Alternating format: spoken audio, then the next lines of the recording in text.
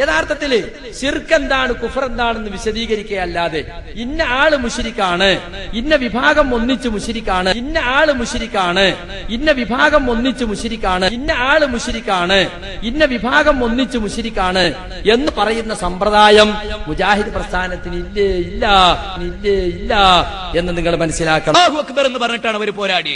അല്ലാഹു അക്ബർ എന്ന സ്ഥാനത്ത് മൊയ്തീൻ ശൈഖിനെ പ്രതിഷ്ഠിച്ച മുശ്രിക്കുകളായ സുന്നി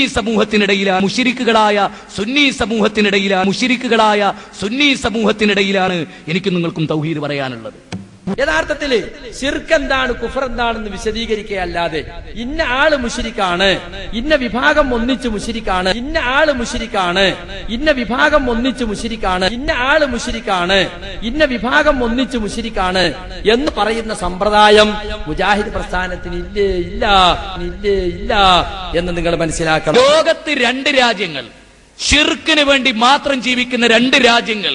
ആ 2 രാജ്യങ്ങളിൽ ഒന്ന് ഇറാനാണ്, ഒന്ന് പാകിസ്ഥാനാണ്.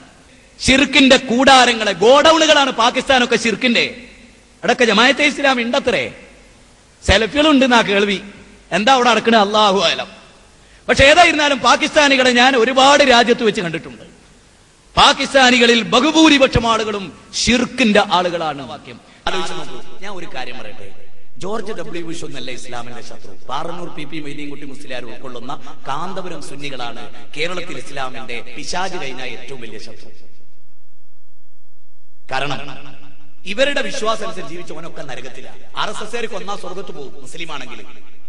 ബോംബിട്ടിട്ട് ആ പ്രദേശത്തെ മുസ്ലിങ്ങളൊക്കെ മരിച്ച പോലെ രക്തസാക്ഷികളാണ്. പക്ഷെ സുന്നി വിശ്വാസം അനുസരിച്ച് മരിച്ച ആജീവനാന്തം നരകത്തിലാണ്. അപ്പൊ ആരാ ഏറ്റവും വലിയ ശത്രു? യഥാർത്ഥത്തില് ശിർക്ക് എന്താണ്, കുഫർ എന്താണെന്ന് വിശദീകരിക്കുകയല്ലാതെ ഇന്ന ആള് മുശ്രിക്കാണ്, ഇന്ന വിഭാഗം ഒന്നിച്ച് മുശ്രിക്കാണ്, ഇന്ന ആള് മുശ്രിക്കാണ്, ഇന്ന വിഭാഗം ഒന്നിച്ച് മുശ്രിക്കാണ്, ഇന്ന ആള് മുശ്രിക്കാണ്, ഇന്ന വിഭാഗം ഒന്നിച്ച് മുശ്രിക്കാണ് എന്ന് പറയുന്ന സമ്പ്രദായം മുജാഹിദ് പ്രസ്ഥാനത്തിന് ഇല്ലേ ഇല്ല എന്ന് നിങ്ങൾ മനസ്സിലാക്കണം. അബൂജഹൽ വന്നു എന്ന് വിചാരിക്കും ഇവിടെ കേരളത്തിൽ. നേരെ മർക്കസ് സക്കാഫത്ത് സുന്നിയിലേക്ക് കയറിച്ചു. അസ്സലാമു അലൈക്കും കാന്തവരല്ലേ, ഞാൻ അബൂജഹൽ. അസ്സലാമു അലൈക്കും ഷെയ്ഖുന കാന്തവരല്ലേ, ഞാൻ അബൂജഹൽ. ഞാൻ കരുതിയത് ലോകത്തിലെ ഏറ്റവും വലിയ മുശ്രിക്കിന്റെ നേതാവ് ഞാനായിരിക്കുന്ന. പക്ഷെ ഞാനൊക്കെ ചങ്ങായിമാരെ മഴ പെയ്യിപ്പിക്കുന്ന പഠിച്ചോനാന്ന് വകച്ചു കൊടുത്തിരുന്നു. നിങ്ങൾ അതും വകച്ചു കൊടുക്കില്ല. അതുകൊണ്ട് നിങ്ങളാട്ടോ എന്റെ ലീഡർ. ഇനി ലോക മുശ്രിക്കരുടെ ലീഡർ ആകാനുള്ള യോഗ്യതയും നിങ്ങൾക്കും നിങ്ങളെ പണ്ഡിതന്മാർക്കും വേണമെന്ന് പറയും. ഇനി ലോക മുശ്രിക്കരുടെ ലീഡർ ആകാനുള്ള യോഗ്യതയും നിങ്ങൾക്കും നിങ്ങളെ പണ്ഡിതന്മാർക്കും വേണം. ക്രിസ്ത്യാനികളും സുന്നികളും ഇസ്ലാമിന് കണക്കാ 2 വന്നു. ക്രിസ്ത്യാനികളും സുന്നികളും ഇസ്ലാമിന് കണക്കാ 2 വന്നു. മുജാഹിദ് പ്രവർത്തകൻ വന്നിട്ട് അള്ളാനെ മാത്രം വിളിച്ചു പ്രാർത്ഥിക്കും പ്രസംഗിച്ച പോലെ കല്ലെറിയും. പേരോട് വന്ന് പ്രസംഗിച്ചാലോ ഉസ്താദിനെ തോളിങ്ങനെ ഏറ്റിട്ട് ഇങ്ങനെ കൊണ്ടു. അല്ല പറയാ ഒരു പരലോകത്തിൽ വിശ്വാസമില്ലാത്ത കാഫറുകളാണ് കൊണ്ടു. അല്ല പറയാ ഒരു പരലോകത്തിൽ വിശ്വാസമില്ലാത്ത കാഫറുകളാണ് കൊണ്ടു. അല്ല പറയാ ഒരു പരലോകത്തിൽ വിശ്വാസമില്ലാത്ത കാഫറുകളാണ് കൊണ്ടു. അല്ല പറയാ ഒരു പരലോകത്തിൽ വിശ്വാസമില്ലാത്ത കാഫറുകളാണ്. ഹക്കാണ് ഞാൻ പറയുന്നത്.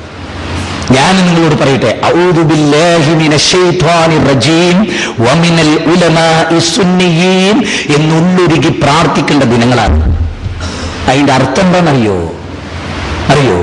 അല്ലാഹുവേ, ശപിക്കപ്പെട്ട പിശാചിൽ നിന്നും ശപിക്കപ്പെട്ട മുസ്ലിയാക്കന്മാരിൽ നിന്നും ഞങ്ങളെ കാത്തുരക്ഷിക്കണമേ നാഥ എന്ന്. അഊദു ബില്ലാഹി മിനശ് ശൈത്വാനിർ റജീം വമിനൽ ഉലമാഇ സുന്നിയീൻ. ഞാനതിൽ ഉറച്ചു വിശ്വസിക്കുന്ന ഒരാളാ. എനിക്ക് ഏറ്റവും പേടി ഈ വർഗ. സത്യത്തിൽ നിങ്ങൾ ആലോചിച്ച് നോക്ക്, നബി സല്ലല്ലാഹു അലൈഹി വസല്ലം ഒരു വഹാബിയ അല്ലല്ലോ, അല്ലല്ലോ. നബി സല്ലല്ലാഹു അലൈഹി വസല്ലം ഒരു സുന്നിയായിരുന്നു. നബി സല്ലല്ലാഹു അലൈഹി വസല്ലം ഒരു വഹാബിയ അല്ലല്ലോ, അല്ലല്ലോ. നബി സല്ലല്ലാഹു അലൈഹി വസല്ലം ഒരു സുന്നിയായിരുന്നു. നബി സല്ലല്ലാഹു അലൈഹി വസല്ലം ഒരു സുന്നിയായിരുന്നു. ഞാൻ ആ അഭിപ്രായക്കാരനാണ്. ഇവിടെ ഹൈന്ദവ സഹോദരങ്ങളെ ക്രിസ്ത്യാനികളൊക്കെയാണ് നമ്മൾ എന്താ പറയാ, കാഫ്, നമ്മൾ മീമ്. അങ്ങ് കേൾക്കണോ, ആരാ യഥാർത്ഥത്തിൽ മീമ്? കാഫ്. നമ്മളാണ് കാഫ്, അവരോ മീമ്. നമ്മളാണ് കാഫ്, അവരോ മീമ്. അതെന്താ അങ്ങനെ? ഇവിടെ കാഫിർ എന്നൊരാളെ പറയപ്പോഴറിയങ്ങള് അയാൾക്ക് സത്യപ്രബോധനം എത്തിയിട്ട് ആ പ്രബോധനത്തെ അയാൾ നിഷേധിക്കണം. അപ്പഴേ അയാൾ കാഫിറാവുള്ളൂ. ഇവിടുത്തെ ബാലേട്ടനോ രാമേട്ടനോ കാഫിറാവില്ല എന്ന്. ഇവിടുത്തെ ബാലേട്ടനോ രാമേട്ടനോ കാഫിറാവില്ല എന്ന്. അതെന്തുകൊണ്ട്?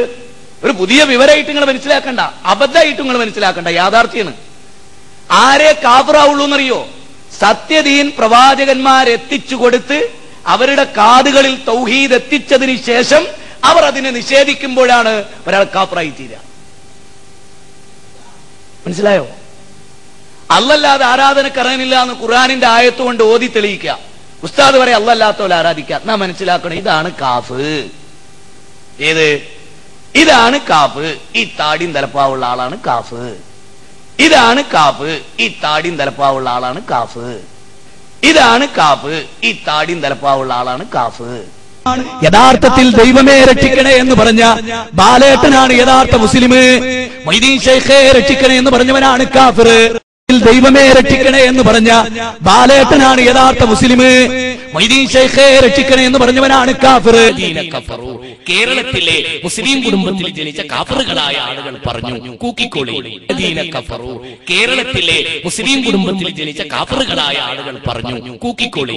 ഒരു മുസ്ലിയാര്, ഞാൻ പറഞ്ഞു, അയാൾ പഠിപ്പിക്കുന്ന മദ്രസിലെ കുട്ടികളെ കഴുത്തു ഞെരിച്ച് കൊന്നുകളയുക. അയാൾ പഠിപ്പിക്കുന്നതിനേക്കാളും നല്ലത് അതാണ്. കാരണം അയാൾ പഠിപ്പിച്ച് കുട്ടികൾ വളർന്നാൽ ഭൂലോകത്തിലെ തേർഡ് റേറ്റ് ഗുണ്ടകളായി അദ്ദേഹത്തിന്റെ അനുയായികൾ മാറും. അതിനേക്കാൾ നല്ലത് ഹിളർ നബി അലൈഹിസ്സലാം കഴുത്തുമുരുണ്ടി കൊന്ന പോലെ ഇവർ പഠിപ്പിക്കുന്ന വിദ്യാർത്ഥികളെ കഴുത്തു ഞെരിച്ച് കൊല്ലലായിരിക്കും ഒരുപക്ഷെ ലോകത്തോട് ചെയ്യുന്ന ഏറ്റവും വലിയ സേവനം. പ്രസ്ഥാനം കൈവക്കാത്ത എന്തൊരു നന്മയാണ് ഈ സമൂഹത്തിനുള്ളത്. കേരളത്തിലെ മുസ്ലിം സ്ത്രീകൾ അടിപ്പാവാട ധരിക്കാത്ത ഒരു കാലമുണ്ടായിരുന്നു. അറിയുമോ നിങ്ങൾക്ക്? അവർക്ക് അടിപ്പാവാട ധരിപ്പിച്ച പ്രസ്ഥാനമാണ് മുജാഹിദ് പ്രസ്ഥാനം. ഒരു തിന്മ ഒരാൾ വ്യഭിചരിക്കുന്നതിനേക്കാൾ, ഒരാൾ മദ്യപിക്കുന്നതിനേക്കാൾ, ഒരാൾ പലിശ കൊടുക്കുന്നതിനേക്കാൾ, ഒരാള് ഈ നിലക്ക് അധർമ്മം പ്രവർത്തിക്കുന്നതിനേക്കാൾ, അളവിലും ദുഃഖത്തിലും കൃത്രിമ പ്രവർത്തിക്കുന്നതിനേക്കാൾ പിശാചിന് ഏറ്റവും ഇഷ്ടം നമസ്കാരത്തിന് ശേഷമുള്ള കൂട്ടപ്രാർത്ഥനയാകുന്ന ബിദ്അത്ത്, സുബഹിക്ക് ശേഷമുള്ള കുനൂത്താകുന്ന ബിദ്അത്ത്. ഒരാൾ വ്യഭിചരിക്കുന്നതിനേക്കാൾ വലിയ തിന്മ സുബ്ഹാനല്ലാഹ് പ്രാർത്ഥനയാകുന്ന ബിദ്അത്ത്, സുബഹിക്ക് ശേഷമുള്ള കുനൂത്താകുന്ന ബിദ്അത്ത്. ഒരാൾ വ്യഭിചരിക്കുന്നതിനേക്കാൾ വലിയ തിന്മ സുബ്ഹാനല്ലാഹ്. ശരിക്കും വിശ്വാസികളെ, മുസ്ലിങ്ങളെ, ഒരാളെങ്കിലും വിശ്വസിക്കരുത്, ഇന്നെങ്കിലും വിശ്വസിക്കരുത്. ഒരാളെങ്കിലും വിശ്വസിക്കരുത്, ഇന്നെങ്കിലും വിശ്വസിക്കരുത്. ഒരാളെങ്കിലും വിശ്വസിക്കരുത്. എന്തുകൊണ്ടറിയോ? അതോടെ പറഞ്ഞു തന്നെ വിശുദ്ധ ഖുർആൻ ആ കാര്യം സത്യവിശ്വാസികൾ വിളിച്ചിട്ട് പറഞ്ഞു, മിക്ക പണ്ഡിതന്മാരെയും നമ്പരുത് കേട്ടോ. അത് പടച്ചോന്റെ വചന. അള്ളാഹ് പറയാ ഭൂരിപക്ഷം പണ്ഡിതന്മാരെയും സത്യമാരാണ്.